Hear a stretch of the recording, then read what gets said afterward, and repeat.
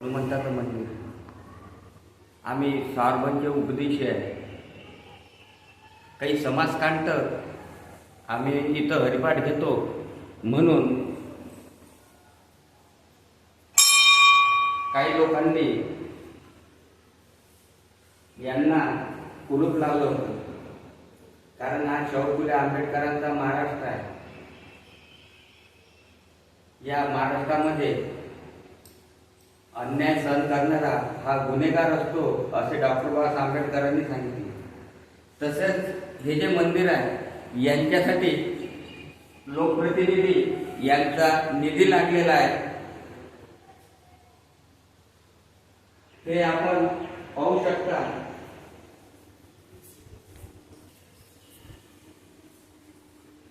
हे जे मंदिर आहे यांच्यासाठी शासनाचा पैसा हा लावलेला आहे. प्रत्येक माणसाला व्यक्ती स्वातंत्र्य आहे आणि हरिपाठ घेणे हा काही गुन्हा नाही. कारण मी राष्ट्रसंत तुकडोजी महाराज यांचं माझं रक्ताचं नातं जरी नसलं तरी विचारांचं आहे. ही जी टोपी आहे ही राष्ट्रसंत तुकडोजी महाराजांची आहे. ही आचारा विचाराची आहे. ही तत्वाची टोपी आहे. हम है पुजारी तत्व के, गुरुदेव के आदेश के, नितनेम के, सतधन के, सतकर्म के, सतधर्म के, चीट जोटी राह की, अन्याय की, अभिमान की, सेवा करन दास की, परवाह नहीं है ज्ञान की. म्हणून या गावातील एक नागरिक म्हणून या मंदिरासाठी लागलेला हा एक पैसा आणि दुसरी बाजू आपल्याला बघायचे झाले, पाहायचे झाले तर हे मंदिर आहे.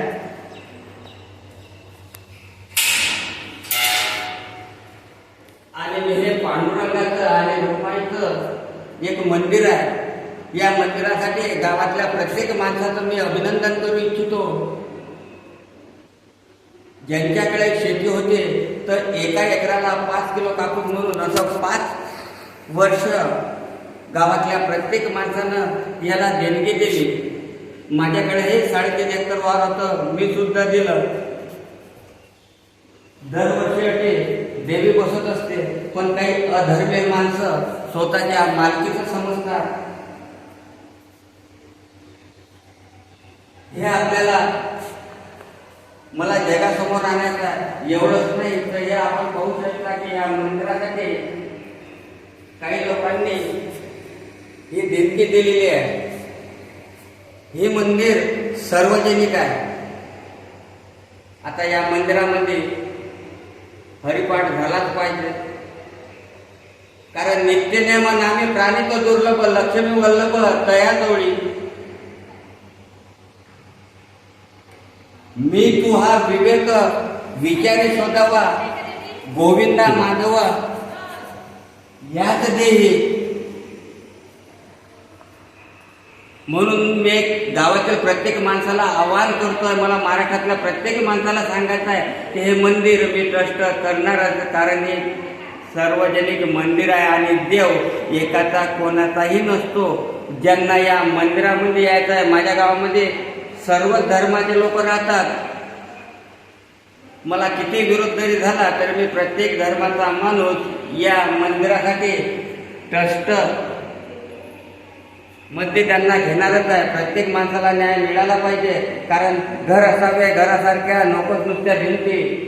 घर असावे घरासारख्या, नकोच नुसत्या भिंती. जिथे असावा प्रेम जिव्हाळा, नकोच नुसत्या नाती. हे जर आम्ही आमच्या घराला जर लागू होत असेल तर हे मंदिर आहे.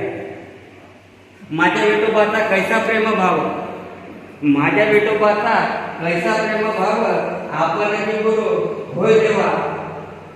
यासाठी मी तहसीलदार साहेबाकडे एक स्टॅम्प ॲप्रिडेट करून दिला की मला भविष्यात जे जे काही करायचं आहे आणि माझ्या मागे पुढे उभा राही सांभाळित, मागे पुढे उभा राही सांभाळित, आलिया आघात निवाराया. मी कधीही वाईट करणार नाही, पण चांगल्यासाठी मला मरण आलं तरी चालेल. कारण आमच्या महाराष्ट्राचीच नाही तर भारतात एक आहे की जो चांगलं काम करतो त्यांना जीव गमवावा लागतो. आम्ही नरेंद्र दाभोळकर पाहिले असतील, आम्ही महात्मा गांधी पाहिले असतील, असे कितीतरी नाव आपल्याला सांगता येतील. पण मी या मरणाला घाबरत नाही, कारण मरणालाही भीती वाटावी अशी माझी माणसाची जात आहे. मरणालाही भीती वाटावी अशी माझी माणसाची जात आहे. मरणाला घाबरायचं नसतं. एक दिवस आपल्याला इथून निघून जायचं आहे. म्हणून सर्व गावातील लोकांना आणि मला पूर्ण महाराष्ट्रभर लोकांना सांगायचं आहे की स्वातंत्र्य मिळून आम्हाला 75 वर्ष झाले, पण आजही आम्ही काही गुंड प्रवृत्तीचे लोक, आम्ही त्यांना गुंड म्हणणार आहे. अशा पद्धतीचा त्रास होते आणि तो याच्या पुढे खपून घेतला जाणार नाही. त्यासाठी एकच पर्याय, तो म्हणजे हे मंदिर ट्रस्ट करणे. मी गावातील प्रथम नागरिक, गावातील पोलीस पाटील यांना आवाहन करतो. तसं माझ्या गावामध्ये कायदा सुव्यवस्था राहिलेली नाही. या गावातील काही गुंडांनी माझे 2 परिवार उद्ध्वस्त केले आणि मी ते निमूटपणे सहन केलं. आजही माझ्यावर ते अन्याय करत आहेत. मला एक अण्णाभाऊ साठे यांचं एक वाक्य आठवते, इथली न्यायव्यवस्था काही रखेल झाली.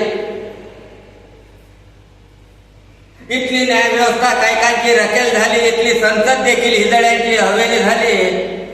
आम्ही प्रामाणिक माणसं आमच्या वेता मांडू कोणापुढे.